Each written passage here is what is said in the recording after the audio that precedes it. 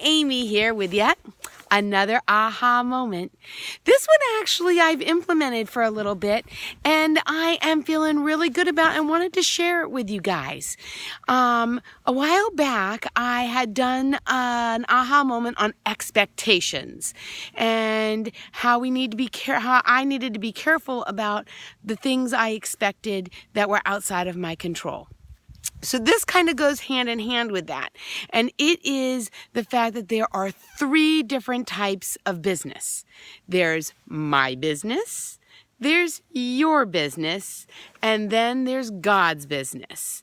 And nothing reminded me more about God's business than today's beautiful backdrop that I have in my backyard. Yes, it has snowed for about 36 hours, and we have about a foot of snow, and it is just magnificent. And this is something that you should not be involved in God's business or universe or source or spirit, higher power, whatever it is that you believe in. We have no business in that business. When we're born, when we die, when we get beautiful snowstorms like this. The other types of businesses are my business and your business. And many times I find that I get myself in trouble and I feel incredibly stressed when I start getting involved in your business. And let me give you an example of this. I was out walking Duncan, who is somewhere around here. I'll have to find him for you guys. But I was walking Duncan, not today, but a while back, and I bumped into this woman who was walking, and we stopped and we chatted. And the next thing I know, she was telling me about her daughter, who has known her husband since they were like 4. And they have a child together, and they're married, and they haven't been married long. He's in the service, so he gets deployed, and he is gone for a long period of time, and she is finding herself feeling that that's not such a great thing for her and wants out of the marriage. And her mom is really upset about this.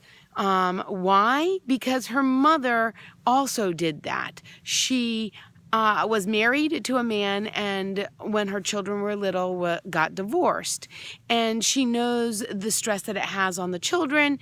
Her grandchild is less than a year old. But she is really sad by all of this, and to the point where it's given her stomach aches and she can't sleep. And since she has known the son-in-law since he was 4, it's, like her son. And she said, and I told her that there's my business, there's your business, and then there's God, universe, source's business.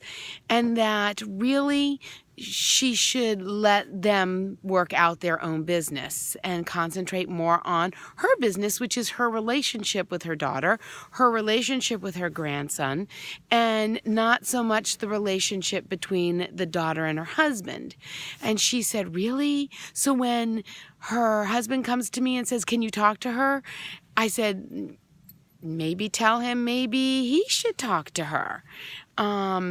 Because that is when we start to really, at least for me, I get that horrible feeling in my stomach. I found myself stepping out into someone else's business over the Christmas holidays, and I felt it as I was doing it when I asked, why is your relationship with so-and-so not going so well? That's none of my darn business. Yes, it was family members, and yes, I wanted them to get along and so that we could all be together, but in actuality, that's none of my business. And when I stick to my own lane and I mind my own business, life gets much easier. I have control over that. I have control how I accept how people treat me and what I put in my day and those kinds of things. And even minding my own business some days is pretty darn tough. So I thought I would share that with you. The 3 types of businesses: my business, your business, and God's or universe source's business. And the more we can stay in our own business, I think the happier we are. Let me know what you think. Let me know if this has helped you. Let me know if there's ways that you're going to implement this. I've also implemented this, believe it or not, with my daughters. You know, I'm very close to both of them, and I want them to get along. But I think when I can be a sounding board for each of them, and I can encourage each of them to talk to the other, but I don't need to speak to one and say you should talk to your sister. You know what I mean? I think that should be left up to the 2 of them. So there you go. There's my aha moment.